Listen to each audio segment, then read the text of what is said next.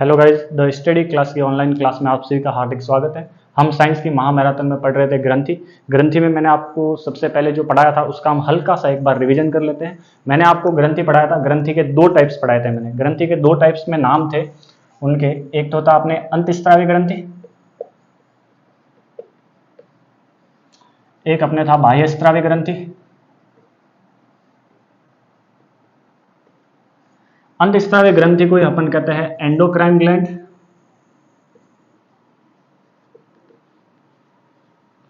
और इसे कहते हैं हम एक्सोक्राइन ग्लैंड। इसमें नलिकाएं होती है और ये मान लो कोई उत्तक है, स्रावी उत्तक, और इनसे कोई पदार्थ निकलेगा वो सीधा किस में आकर मिलेगा? रक्त में आकर मिलेगा। किस में आकर मिलेगा? रक्त में। जबकि इसमें क्या होता था? नलिकाएं होती थी और नलिकाओं के द्वारा सीधे वो कहां आ जाता था? बाहर। और इसमें जो स्रावी पदार्थ जो रिलीज हो रहा था उसको हम नाम दे रहे थे एंजाइम, और यहां जो स्रावी पदार्थ बाहर निकल रहा था उसको हम नाम दे रहे थे हार्मोन। दो प्रकार की हमने ग्रंथियां पढ़ ली थी। फिर मैंने आपको अंतःस्रावी ग्रंथियों के बारे में बताया था कि अंतःस्रावी ग्रंथियां है वो अपने अंदर से कोई ना कोई पदार्थ निकालेगी, निकालने के बाद सीधा वो किसमें मिल जाएगा? रक्त में। उसी को अपन क्या कह रहे थे? हार्मोन। क्या कह रहे थे? हार्मोन। फिर मैंने आपको पढ़ाया कि भाई अंतःस्रावी ग्रंथियां, अंतःस्रावी ग्रंथियों में मैंने पहले आपको एक ग्रंथि पढ़ाई थी जिसे हम कह रहे थे अग्नाशय ग्रंथि। अग्नाशय ग्रंथि। और इसी अग्नाशय ग्रंथि को अपन पेनक्रियाज कहते हैं, जिसे मिश्रित ग्लैंड भी कह सकते हो। दूसरा इसका नाम था मिक्स ग्लैंड या मिश्रित ग्रंथि। क्या नाम था? मिश्रित ग्रंथि। ये जो अग्नाशय ग्रंथि है, ये अग्नाशय ग्रंथि ऐसी थी, इसमें छोटे छोटे टापू बने हुए थे और उसके चारों ओर द्रव भरा हुआ था। ये जो द्रव है ये तो काम कर रहा था बाह्य भाग की तरह, जबकि ये जो टापू है जो चारों ओर द्रव से घिरा हुआ है उसे हम द्वीप कहते हैं। और उससे एक वैज्ञानिक ने खोजा था जिसका नाम था लैंगरहैंस द्वीप। लैंगरहैंस वैज्ञानिक है, इसी के नाम पर इसका नाम दे दिया गया लैंगरहैंस द्वीप। ये जो है ये तीन कोशिकाओं से मिलकर बना था। पहली कोशिका थी अपनी अल्फा कोशिका, दूसरी थी अपने बीटा कोशिका, और तीसरी जो कोशिका थी वो थी गामा कोशिका। अल्फा कोशिका, बीटा कोशिका और गामा कोशिका, तीनों से एक एक हार्मोन है वो रिलीज हो रहा था। उन हार्मोन को मैं आपको एक बार नाम लिख के बता देता हूं यहां। एक अपनी थी अल्फा, एक थी बीटा और एक थी गामा। अल्फा से जो हार्मोन रिलीज हो रहा था उसे हम कह रहे थे ग्लूकागोन हार्मोन। बीटा से जो रिलीज हो रहा था उसे हम कह रहे थे इंसुलिन हार्मोन, और गामा से जो निकल रहा था उसे कह रहे थे हम सोमेटोस्टेरिन।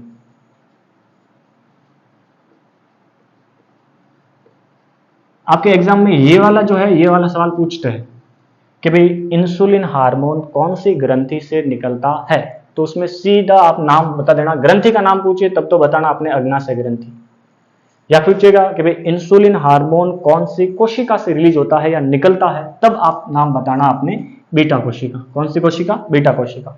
और फिर मैंने आपको बताया था कि इंसुलिन हार्मोन जो है वो अपना एक काम करता है। क्या काम करता है? कि भाई वो रक्त में उपस्थित जो ग्लूकोज है उसको कोशिका के एक स्टेशन तक लेके जाता है, और उस कोशिका के स्टेशन का नाम भी हमने दिया था जिसका नाम था रिसेप्टर।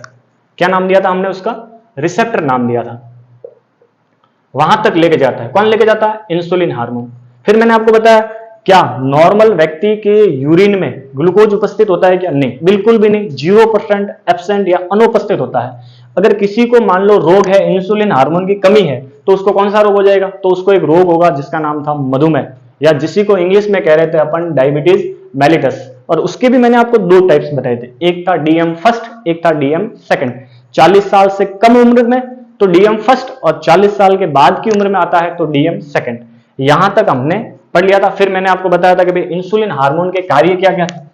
क्या एक तो कार्य क्या था उसका कि भाई इसकी कमी हो जाएगी तो उसको कौन सा रोग होगा? Diabetes mellitus.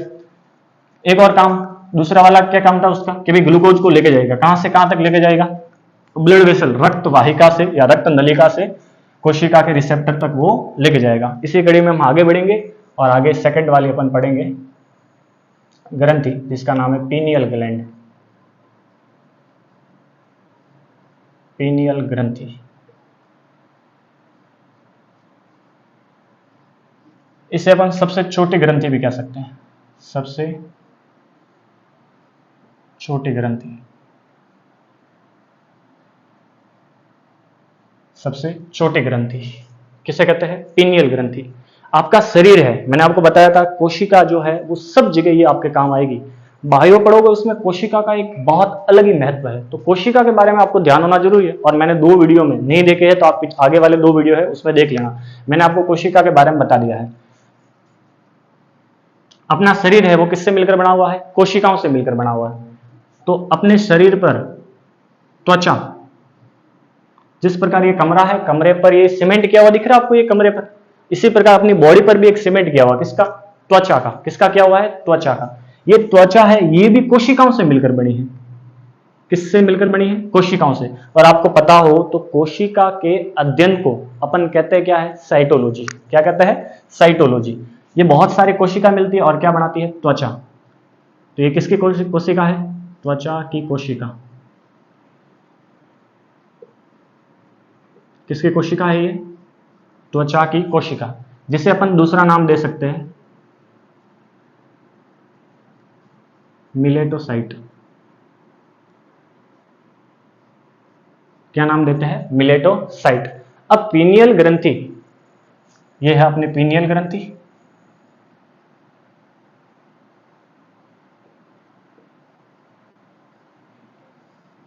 इस पीनियल ग्रंथि से अपने को पता है, ग्रंथि नाम आया तो दिमाग में सीधे एक बात आनी चाहिए कि ग्रंथि अपने अंदर से कुछ न कुछ पदार्थ रिलीज करेगी, चाहे वो हार्मोन हो या चाहे वो एंजाइम हो। क्यों? क्योंकि वो स्त्रावी ऊतक का ही भाग है। तो यहां ये जो पीनियल ग्रंथि है वो अपने अंदर से एक हार्मोन निकालती है जिसका नाम है मिलेटोनिन। क्या नाम है? मिलेटोनिन, या इसी को अपन कहते हैं एमएचएस,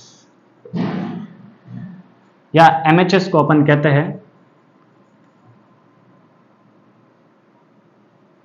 मिलेटोसाइट स्टिमुलेटिंग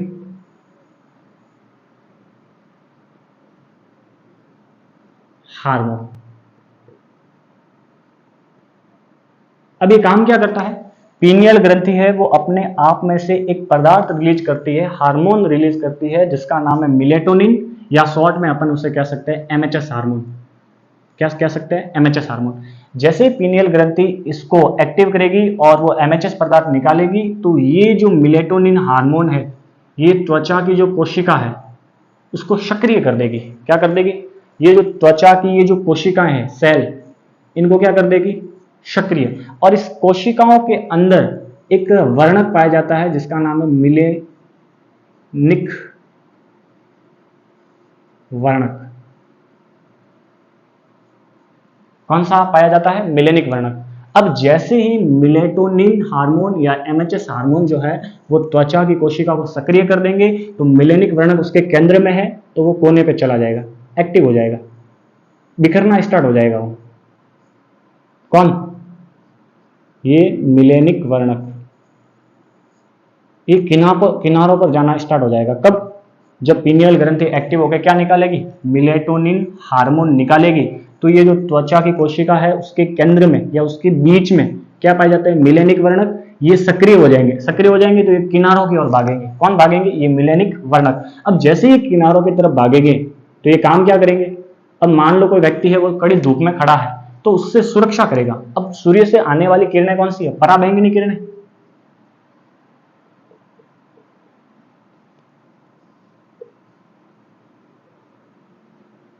इन पराबैंगनी किरणों से यूवी रेज उनसे सुरक्षा प्रदान करेगा। कौन प्रदान करेगा?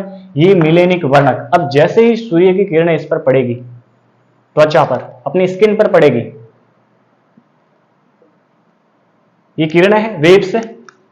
कौन सी किरणें हैं? पराबैंगनी किरणें।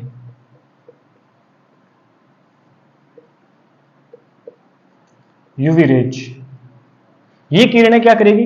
अब ये मिलेनिक वर्णक किनारों पर आ गया, इनसे सुरक्षा करेगी। किन से सुरक्षा करेगी?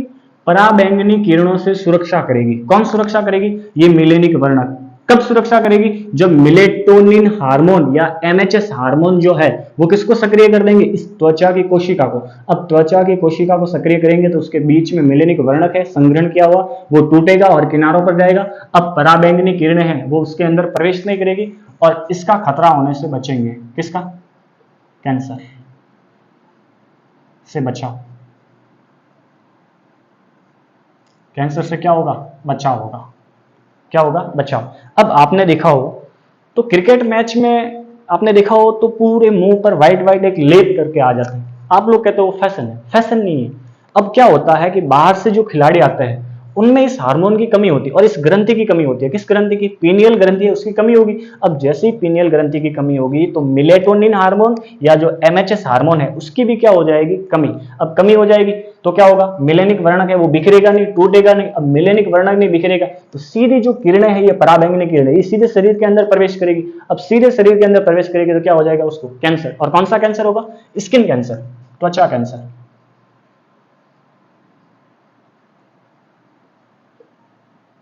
कौन सा कैंसर हो जाएगा उसको? त्वचा का कैंसर। ये पीनियल ग्रंथि का बहुत प्रभावशाली काम है। क्या? कि त्वचा कैंसर को बचाने में सहायक होता है। ये बात ध्यान रखना। कौन कौन सी ग्रंथि? पीनियल ग्रंथि। इसीलिए उसको एक विशिष्ट नाम दिया जाता है। इतनी बड़ी भयंकर महामारी या बीमारी जो है उससे बचाव कर रहा है, इसलिए उसको कहते हैं तीसरी आंख, शरीर की तीसरी आंख।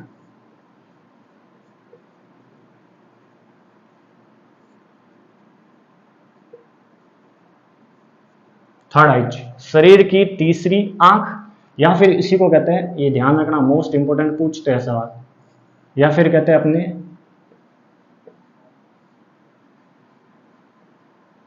शरीर की जैविक घड़ी।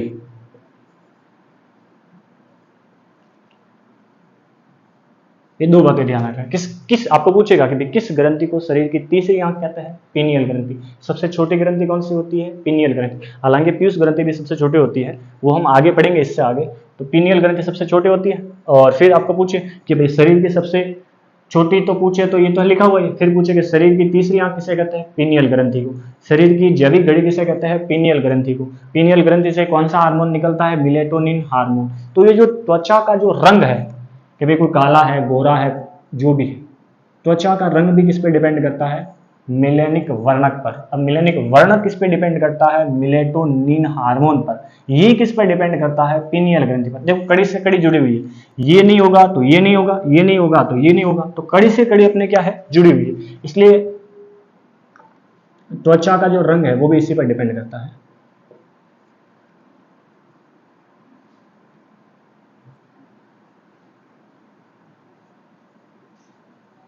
ये अपने पीनियल ग्रंथि के बारे में बातें हैं। वापस देख लो एक बार। सबसे छोटी ग्रंथि पीनियल। पीनियल ग्रंथि को क्या कहते हैं? शरीर की तीसरी आंख। शरीर की जैविक घड़ी या त्वचा का जो रंग है वो भी किस पर डिपेंड करता है? पीनियल ग्रंथि पर। पीनियल ग्रंथि कौन सा हार्मोन रिलीज करती है? या तो एमएचएस हार्मोन, इसकी फुल फॉर्म पूछिए तो मिलेटोसाइट स्टिमुलेटिंग हार्मोन। ऐसे पूछिए तो मिलेटोनिन हार्मोन। इसका एक आप स्क्रीनशॉट ले लो। ले लिया? ठीक, आगे बढ़ते हैं। दो हो गई, एक तो हो गई अपने पास पेनक्रियाज ग्लैंड, एक हो गई अपने पीनियल ग्रंथि। तीसरी ग्रंथि पढ़ेंगे हम। ये जो सब ग्रंथियां पढ़ रहे हैं ना, ये ध्यान रखना, ये अंतस्रावी ग्रंथियां है, एंडोक्राइन ग्लैंड है सबकी सब। आपको सवाल ऐसे भी पूछ सकता है कि किन्हीं तीन या किन्हीं दो अंतस्रावी ग्रंथियों के नाम बताइए, तो आप लिखना कि किन्हीं तीन या दो, या फिर ऐसे भी पूछे कि किन्हीं दो या तीन अंतस्रावी ग्रंथियों के नाम लिखकर उनके एक एक कार्य भी लिखिए, तो वो भी आपको पूछ सकता है। तो ये लिख देना, पहली तो लिख लेना अग्नाशय ग्रंथि और दूसरी अपने लिख देना पीनियल ग्रंथि। आगे बढ़ते हैं अपन।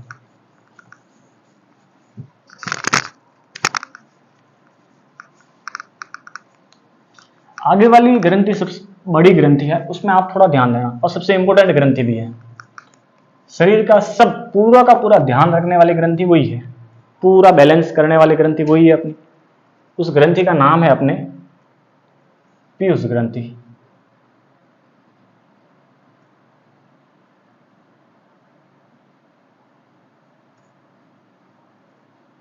एक बात ध्यान रखना, अभी मैंने आपको बताया कि शरीर की सबसे छोटी ग्रंथि कौन सी है। एक तो मैंने बताया पीनियल ग्रंथि, ये भी शरीर की सबसे छोटी ग्रंथि ही है। कौन सी?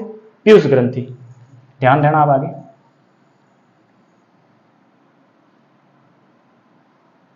आपने एक तालाब देखा होगा, तालाब, तालाब के चारों ओर मिट्टी की एक छोटी सी ऐसी दीवार होती है, उसको अपन क्या कहते हैं मारवाड़ी के लैंग्वेज में या हिंदी में कहते हैं पाल। क्या कहते हैं? पाल। क्या कहते हैं? पाल। अब आगे है तो अग्र। साइंस में दो बातें ध्यान रखना, आगे है तो अग्र, अग्र का मतलब होता है आगे, और पक्ष का मतलब होता है पीछे। ये बातें आप ध्यान रखना, साइंस में कहीं अग्र आया मतलब आगे, पक्ष मतलब पीछे। तो एक तो आपको दिख रहा होगा आगे वाला, तो अग्रपाली,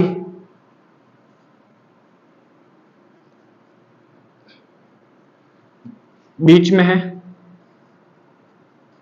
तो मध्यपाली,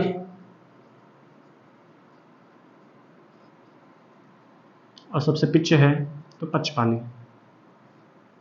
ये तीन पाली है, या फिर कह दो तीन कोशिका है, कि पीयूष ग्रंथि है वो तीन कोशिका या तीन पाली से बनी है, अग्रपाली, मध्यपाली और पक्षपाली। इन पालियों में भी हार्मोन पाए जाते हैं, सब में। अग्रपाली में बहुत सारे हार्मोन है वैसे तो, लेकिन अपने मोस्ट जो एग्जाम में आने लायक है वो अपन पहले देखेंगे। तो एक तो होगा उसमें वृद्धि हार्मोन, अब नाम से ही पता आपको, देख लो, वृद्धि हार्मोन, ग्रोथ हार्मोन, इसका मतलब आपके शरीर के विकास में, वृद्धि करने में सहायक होगा।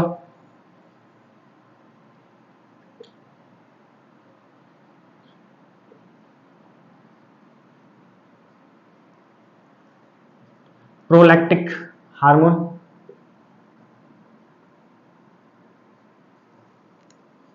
एड्रिनलिन हार्मोन,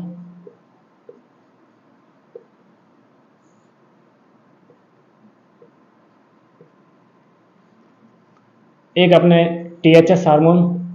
अब टीएचएस का मतलब अपन थायराइड ग्रंथि पढ़ेंगे, वहां देखेंगे थायराइड स्टिमुलेटिंग हार्मोन, ये वहां मैं आपको एक एक खोल के बताऊंगा।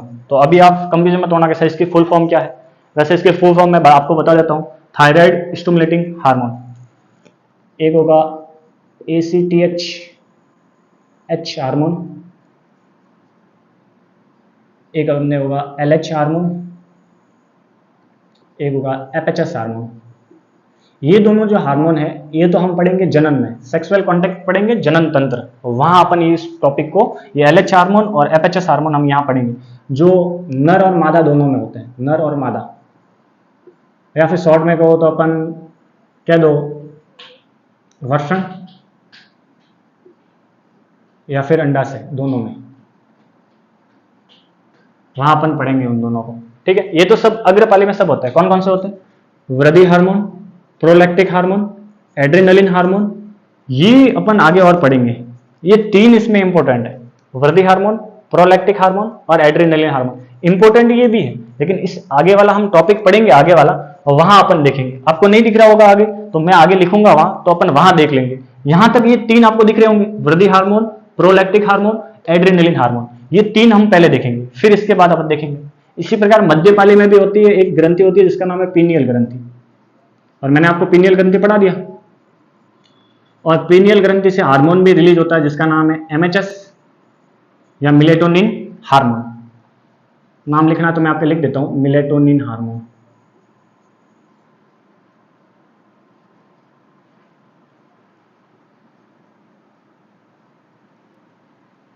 फिर अपने पक्षपाली में दो होते हैं हार्मोन, एक होता है अपने ऑक्सीटोसिन,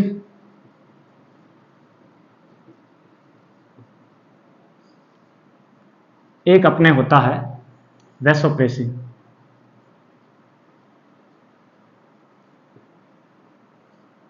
हार्मोन ये सब के सब किसमें होता है? पीयूष ग्रंथि में। किसमें होता है? पीयूष ग्रंथि में।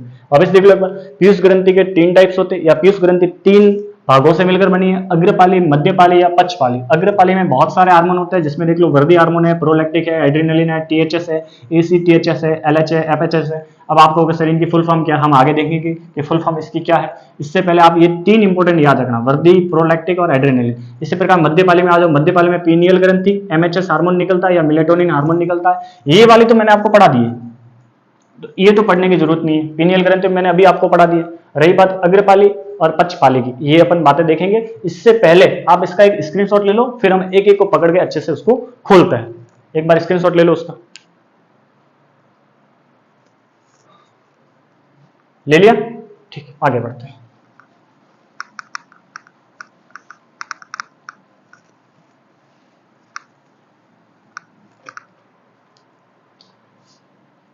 अब इंपॉर्टेंट हार्मोन्स जो है उनके बारे में मैं आपको डिटेल से समझा रहा हूं, फिर अपन देख लेंगे, एक दो लाइन वाले होंगे उनको लास्ट में देखेंगे।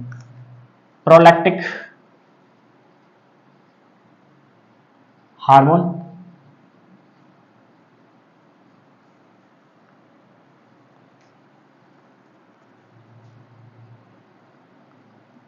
ऑक्सीटोसिन हार्मोन,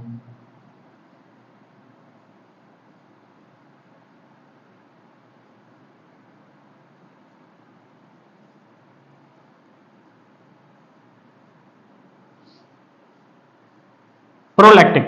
अब एक बात ध्यान रखना, जहां भी आपको लैक्ट शब्द देखने को मिले, लैक्ट, वहां समझ जाना लैक्ट का मतलब होता है दूध, मिल्क।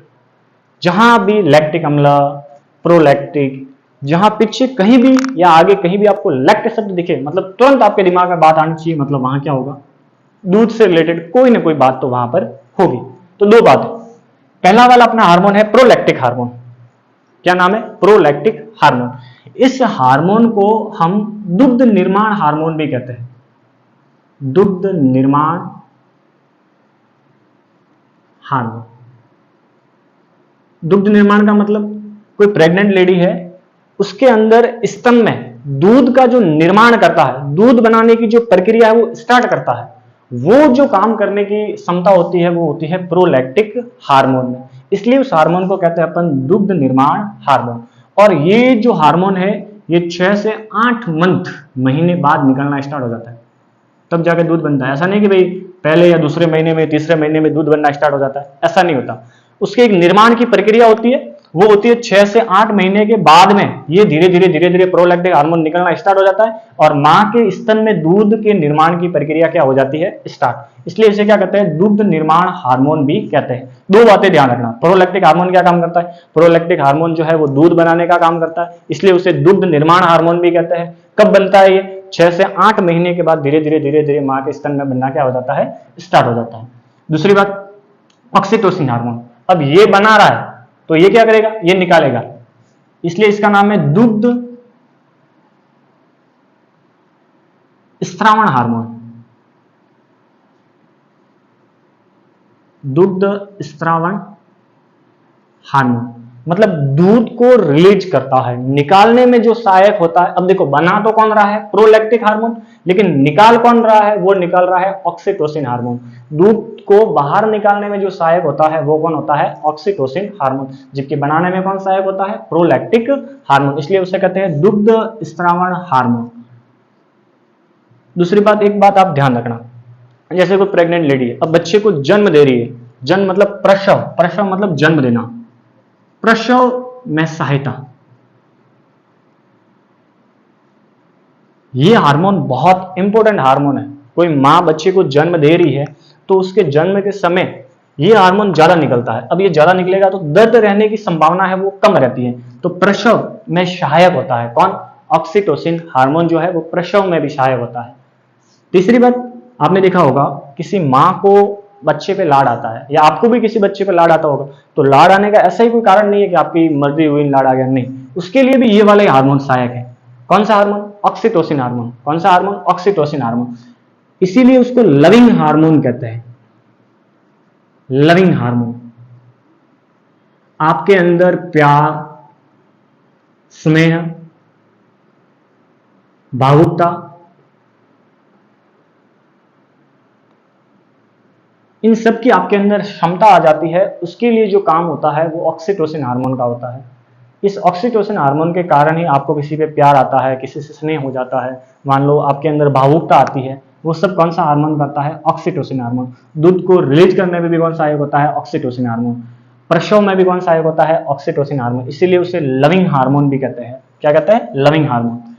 एक बात तो ये भी ध्यान रखना, आपकी कोई कृत्रिम रूप से अगर फलों को पकाना है,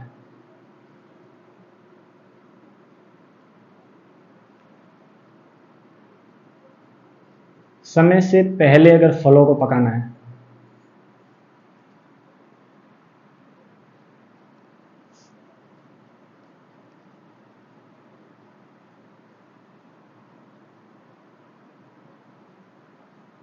फलों को पकाने में सहायक होता है, वो भी कौन होता है, ऑक्सीटोसिन हार्मोन। या मवेशियों से ज्यादा दूध निकालना है,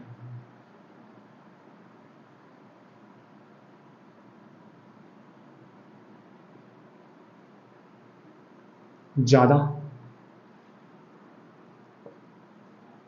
दूध निकालना,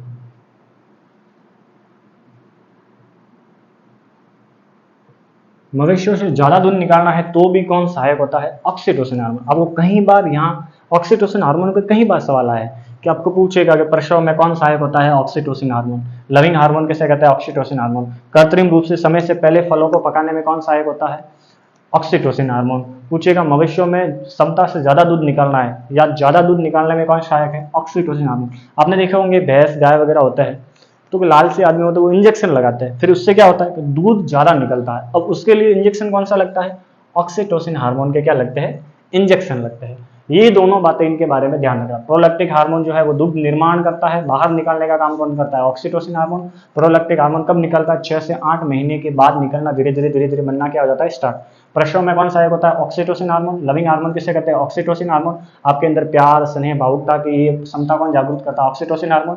कृत्रिम रूप से समय से पहले पकाना है, ऑक्सीटोसिन हार्मोन। मवेशियों से क्षमता से ज्यादा दूध निकलना है तो भी कौन है? Oxytocin hormone. एक बात ध्यान रखना, जहां जहां ये होता है वहां वहां ज्यादा रिक्स तो होती है। अब इसके लिए रिक्स क्या होती है? अगर इस हार्मोन की मात्रा ज्यादा हो गई तो आप सीधे के सीधे डिप्रेशन में चला जाओगे। तो डिप्रेशन में जाना, फिर आपकी आत्महत्या करने के लोग ये है जो आत्महत्या करते हैं, उनका कारण भी कहीं ना कहीं ये ऑक्सीटोसिन हार्मोन है। क्यों? क्षमता से ज्यादा इस हार्मोन की अगर हो जाती है क्षमता अपने अंदर शरीर के अंदर, तो आत्महत्या करने का मन है, डिप्रेशन में जाने का मन है, ये सब काम कौन करता है? Oxytocin hormone. ये दो बातें आपको दोनों हार्मोन के बारे में डिटेल से आप बातें समझ में आ गई आपके बारे में। तो इससे आगे पढ़ेंगे हम। इससे पहले आप थोड़ा स्क्रीनशॉट ले लो एक बार इसका। ले लिया स्क्रीनशॉट? आगे बढ़ते हैं अपन।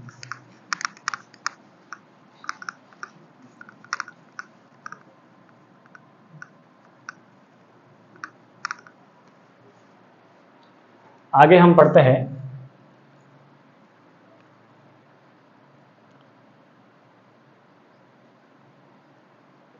Vasopressin hormone. शॉर्ट में उसे कहते हैं एडीएच हार्मोन।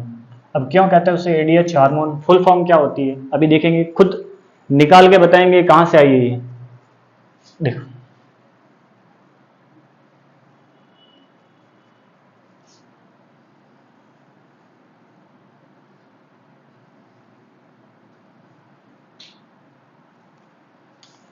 ये जो है आपको दिख रही है, इसमें रक्त बहता है।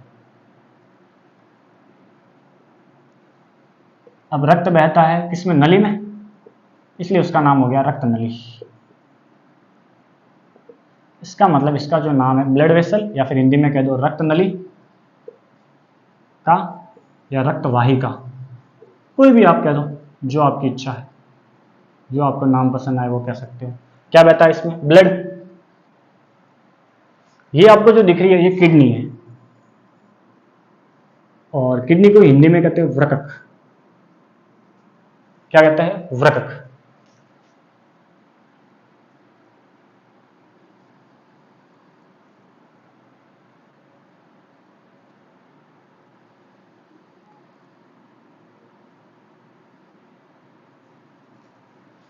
ये भी रक्त नली है, इसमें भी क्या बहता है? रक्त। फिर मैंने आपको पढ़ाया था कि कुछ भी खा लो, कुछ भी पी लो, सबसे पहले वो जाता है रक्त में। कहाँ जाता है? रक्त में। बताया था मैंने आपको, ग्लूकोज वाला मैंने बताया था, इंसुलिन हार्मोन वाला। तो मैंने पानी पिया, क्या पिया?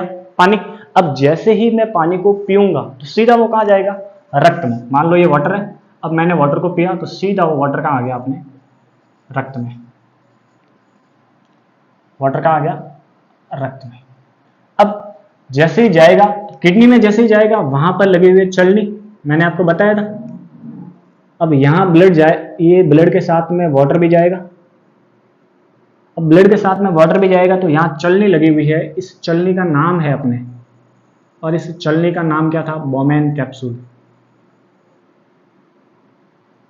Bowman capsule. क्या नाम है इसका? Bowman capsule. ये छोटे छोटे छिद्र पाए जाते हैं, इन छिद्रों के द्वारा जो वाटर है वो सीधा किडनी में आ जाएगा। रक्त नहीं आएगा, चलनी है वो खाली केवल और केवल किसको लेके आएगी, वाटर को, रक्त आगे चला जाएगा, वापस घूम के वहीं जाएगा, रक्त वही जाएगा, वापस घूम के जाने की क्षमता वही है इसकी,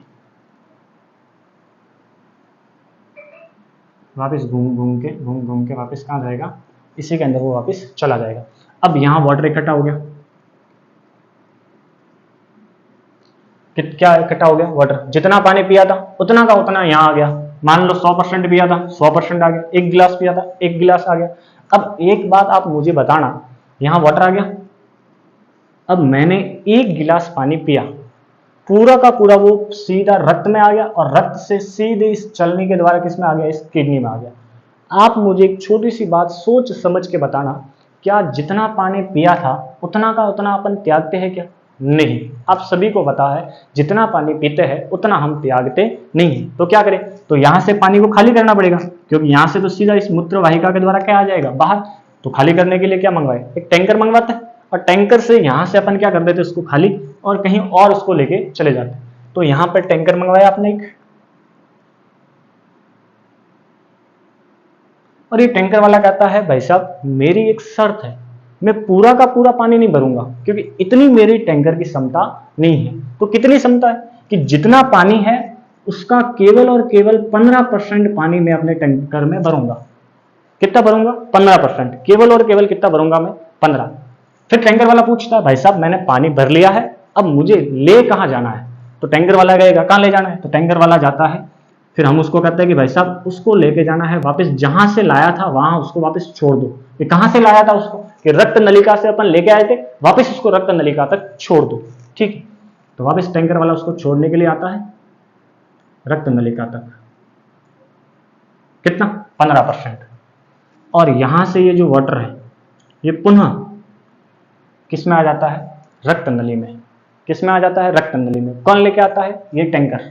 कहां से लेके आता है, किडनी से। कितना लेके आता है, 15%।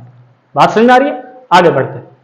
अब देखो ये छोटा सा मान लो पाइप है, इसमें पहले से पानी भरा हुआ है, अब मैं जितना पानी भरना चाहिए था उतना पानी उसमें भरा हुआ है, अब मैं और इसमें पानी ऐड कर रहा हूं, तो क्या करेगा, उसके किनारों पर दाब बढ़ेगा कि नहीं बढ़ेगा, सीधी सी बात है बढ़ेगा। अब क्षमता से ज्यादा किसी में आप पानी भरोगे तो सीधी सी बात है कि उसमें जो प्रेशर है वो बढ़ेगा और बाहरी दीवारों पर प्रेशर लगना क्या हो जाएगा, स्टार्ट हो जाएगा। अब उसमें पहले से रक्त था, अब रक्त के साथ में 15% पानी और ऐड हो गया, तो ये जैसे 15% पानी इसमें आएगा तो उसके किनारों पर धीरे धीरे दाब लगना स्टार्ट हो जाएगा। क्या लगना स्टार्ट हो जाएगा, किनारों पर दाब लगना स्टार्ट हो जाएगा। ये जो नली है उसको अपन इंग्लिश में बोलते हैं वेसल। क्या बोलते हैं, वेसल। जैसे मैं कह रहा हूं ब्लड वेसल, रक्त नली, ब्लड वेसल। और प्रेशर, दाब को अपन इंग्लिश में कहते हैं प्रेशर। तो वेसल और प्रेशर दोनों को मिला दो, वेसल और प्रेशर, दाब और अपने प्रेशर और दाब, और उन दोनों को अपन मिला देते हैं। वेसल मतलब रक्त नली, इस नली और दाब उन दोनों को अपन ऐड कर देते हैं। अब रक्त दाब किसे कहते हैं, रक्त का रक्त नलिका पर लगने वाला दाब, दाब लग रहा है, इससे क्या बन जाएगा, ये नाम हो जाएगा वैसोप्रेसिन। देखो प्रेसिन, प्रेशर से तो बन गया प्रेसिन, वेसल से बन गया वेसो, ये दोनों ही मिलकर क्या हो जाएगा, vasopressin. Vasopressin hormone, vasopressin hormone. अब देखो मैंने आपको भी टैंकर बताया था, इसका मतलब इस टैंकर का नाम क्या है, वैसोप्रेसिन हार्मोन। वैसोप्रेसिन हार्मोन, इसका नाम क्या है, वैसोप्रेसिन हार्मोन। इसका मतलब अपने को इस हार्मोन का काम पता चला कि ये जो वैसोप्रेसिन हार्मोन है ये काम क्या करता है कि किडनी से पानी को ले जाना, कहां तक, रक्त नलिका तक। कौन लेके जाता है, वैसोप्रेसिन हार्मोन लेके जाता है। कौन, किडनी से, कहां से लेके जाता है, किडनी से रक्त नलिका तक। कौन लेके जाता है, वैसोप्रेसिन हार्मोन, वैसोप्रेसिन हार्मोन।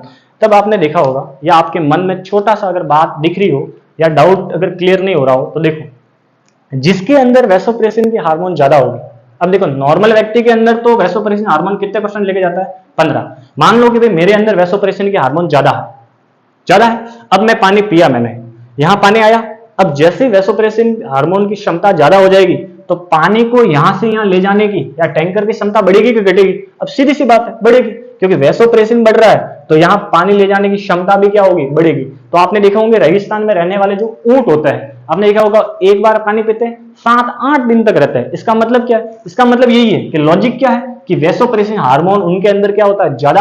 अब उनके अंदर वैसोप्रेसिन हार्मोन ज्यादा होगा तो वो पानी पिएंगे तो यूरिन में पानी कम जाएगा और रक्त नलिका में वापस आ जाएगा। तो उनको प्यास लगने का या ज्यादा दिनों तक जिंदा रहने का बिना पानी के उनके लिए एक विशेष कारण यही है, क्या नाम है, वैसोप्रेसिन हार्मोन। लेकिन कहीं कहीं लोग जो होता है वो कह देते हैं कि भाई ऊंट है वो ज्यादा दिन तक पानी पी रह सकता है, कैसे कि उसके कुबड़ होता है, कुबड़ में पानी भरा होता है। ये लॉजिकल, ये थ्योरिया है सब, ये कोई एक किंवदंतियां है, इनके बारे में आप ज्यादा ध्यान नहीं देना। इसका कारण साइंस के अकॉर्डिंग क्या कारण है कि उसके अंदर क्या ज्यादा है, वैसोप्रेसिन हार्मोन क्या है, ज्यादा। तो ऊंट है उसमें वैसोप्रेसिन हार्मोन ज्यादा होता है। या फिर आपने देखे होंगे कोई कोई लोग होते हैं उनके अंदर भी वैसोप्रेसिन है, उनकी हार्मोन की मात्रा ज्यादा होती है तो उनके यूरिन या मूत्र करने की इच्छा है वो कम से कम होती है। कोई कोई लोग क्या होते हैं हर 10-15 मिनट में यूरिन त्यागने जाते हैं, इसका मतलब उसके अंदर ये वाली गाड़ी कम है। कौन सा हार्मोन कम है, वैसोप्रेसिन हार्मोन जो है वो क्या होता है, कम होता है। क्या होता है, कम। ये वैसोप्रेसिन हार्मोन है, इसकी एक बार आप स्क्रीनशॉट ले लो इसका, फिर हम इसके आगे में थोड़ा सा रहा है वो पढ़ लेते हैं, फिर आगे देखते हैं। इसका आप स्क्रीनशॉट ले लो इसका, ले लिया स्क्रीनशॉट, आगे बढ़ते हैं।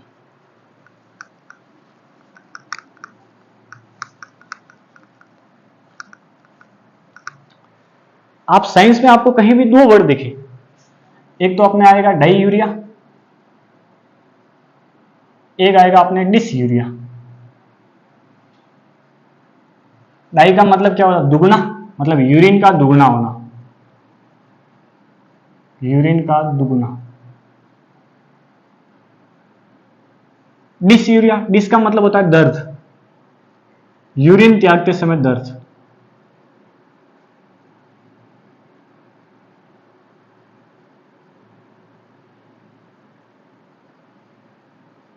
दर्द होना। दो बातें आप ध्यान रखना, एक तो डाई यूरिया, एक होता है डिस यूरिया। डाई यूरिया का मतलब यूरिन का डबल होना, जितना आ रहा था उतने दुगना होना, उतने से क्या होना, दुगना। डिस यूरिया मतलब जैसे आप यूरिन त्यागते हो तो उसके समय क्या होता है, दर्द। क्या होता है, दर्द। अब एक बात आप ध्यान रखना, एंटी का मतलब जानते हो आप, एंटी,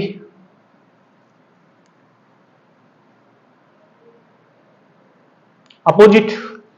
जैसे कोई वोटिंग में खड़े होते हैं दो लोग कि भाई ये मेरे एंटी है, ये मेरे अपोजिट है, कि भाई ये मेरे एंटी है या ये मेरे अपोजिट है, ये मेरे एंटी है या ये मेरे अपोजिट है।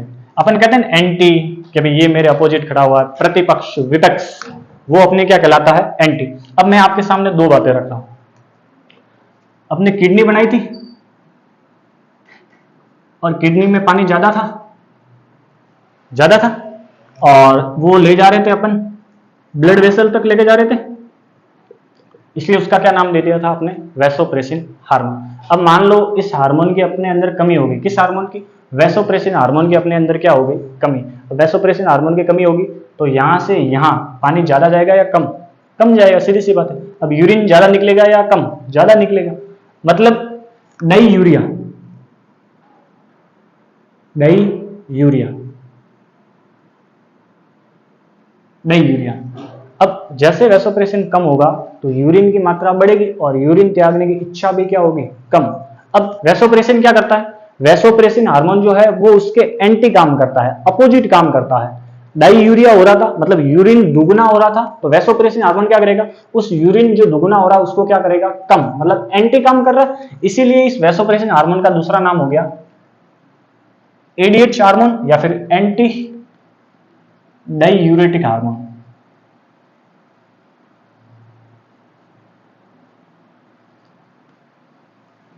मतलब डबल जो हो रहा है यूरिन, उस डबल को वैसोप्रेसिन हार्मोन क्या कर रहा है, कम, मतलब उसके एंटी, अपोजिट काम कर रहा है। इसलिए उसका दूसरा नाम क्या है वैसोप्रेसिन हार्मोन का, anti diuretic hormone, anti diuretic hormone, anti diuretic hormone. दो बातें आप और ध्यान रखना है, एक तो मैंने नाम दे दिया एडीएच ज्यादा। अब एडीएच ज्यादा, एडीएच का मतलब ही क्या है, वैसोप्रेसिन। अब वैसोप्रेसिन ज्यादा होगा तो किडनी से पानी ले जाने की क्षमता कम होगी या ज्यादा, ज्यादा। यूरिन त्यागने की इच्छा जो है वो कम होगी या ज्यादा, कम। यूरिन क्या बढ़ेगा, कम, और यूरिन त्यागने की इच्छा भी क्या होगी,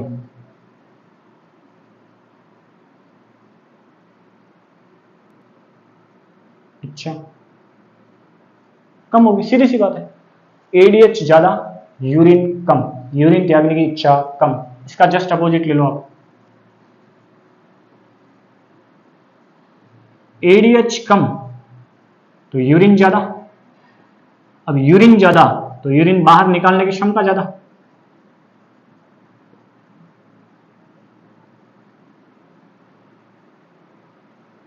ज्यादा,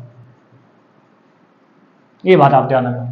तो आपको पूछे कि वैसोप्रेसिंग हार्मोन क्या काम करता है, तो आप काम क्या करता है, पानी को ले जाने का काम करता है। कहां से कहां ले जाने का काम करता है, किडनी या वर्कक से रक्त नलिका तक लेके जाने का काम करता है। ये जो ग्रंथियां हमने पढ़ी है, ये ग्रंथियां है अपने सब की सब जो ग्रंथियां है वो पीयूष ग्रंथियों के भाग है। मैंने पीयूष ग्रंथि के आपके 3 भाग बताए थे, उसमें जो मोस्ट आपके हार्मोन थे वो हमने पढ़ लिए हैं। इससे आगे टॉपिक हम कल पढ़ेंगे। आज के लिए धन्यवाद, पढ़ते रहे इसी तरह, और ये जो है उसको बार बार रिवीजन किया करें और लिख लिख के उसको याद किया करें। जितना आप डायग्राम बनाओगे उतना आपको नंबर देने की क्षमता और पढ़ने की क्षमता और अच्छा सुंदर देखने की और आगे जाने की क्षमता, आज लोगों से आगे कैसे निकले जाते हैं, तो ये आप ज्यादा से ज्यादा डायग्राम बनाइए और लिख लिख के याद कीजिए। धन्यवाद, आज के लिए इतना ही, धन्यवाद।